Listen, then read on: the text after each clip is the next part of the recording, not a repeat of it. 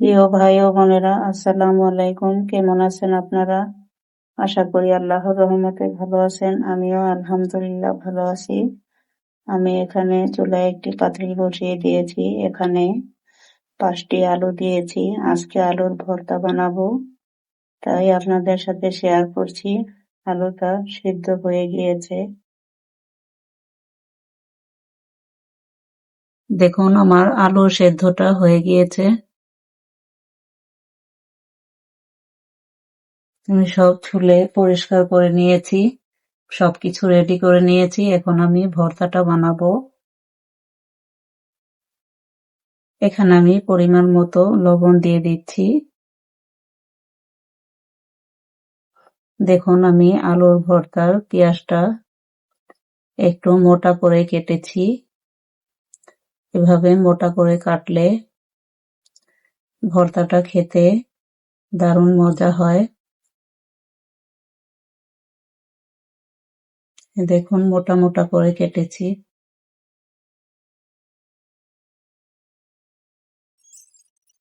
পেঁয়াজটা আমি নরম করে নিব।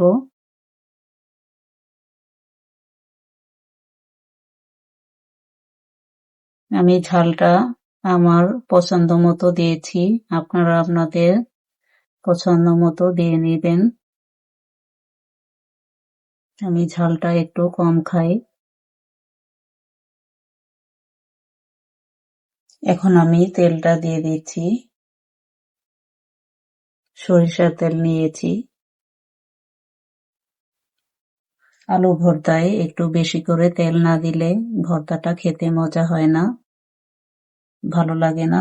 দেখুন, আমি অনেকটা তেল দিয়েছি। বেশি করে তেল আর পেঁয়াজটা একটু মোটা মোটা হলে খেতে খুব ভালো লাগে।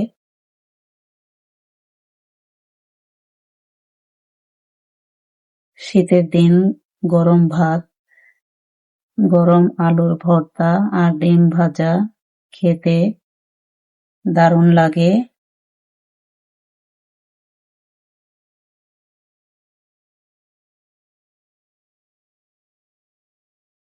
আমার কাছে তো খুব ভালো লাগে।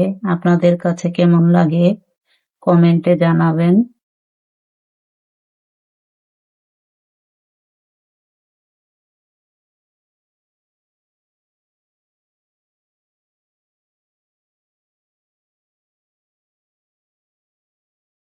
দেখুন, আমার ভর্তাটা হয়ে গিয়েছে।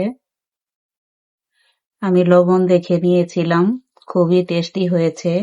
আমি আর একটু টেস্ট বাড়ানোর জন্য একটু, দেখুন, আমি এটা পাঁচফোড়ন গুঁড়া করে রেখেছিলাম, এই গুঁড়াটা সামান্য একটু দিয়ে দিব।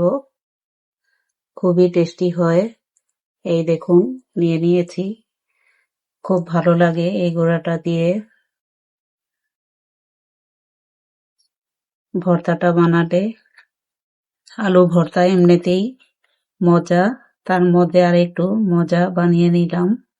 আপনারা এভাবে করে দেখবেন, খুব ভালো লাগবে।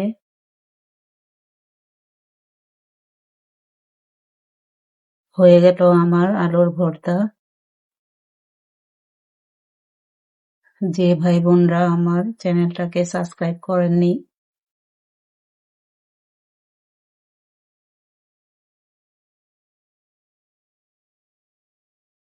যে ভাই বোনরা আমার চ্যানেলটাকে সাবস্ক্রাইব করেছেন তাদেরকে জানাই হাজারো শুভেচ্ছা ও অভিনন্দন। আর যে ভাই বোনরা এখনো আমার চ্যানেলটাকে সাবস্ক্রাইব করেননি তাদেরকেও শুভেচ্ছা ও অভিনন্দন জানিয়ে আমন্ত্রণ জানাচ্ছি আমার চ্যানেলটাকে সাবস্ক্রাইব করার জন্য। সবাই ভালো থাকবেন, সুখে থাকবেন কামনা করছি। আল্লাহ হাফেজ।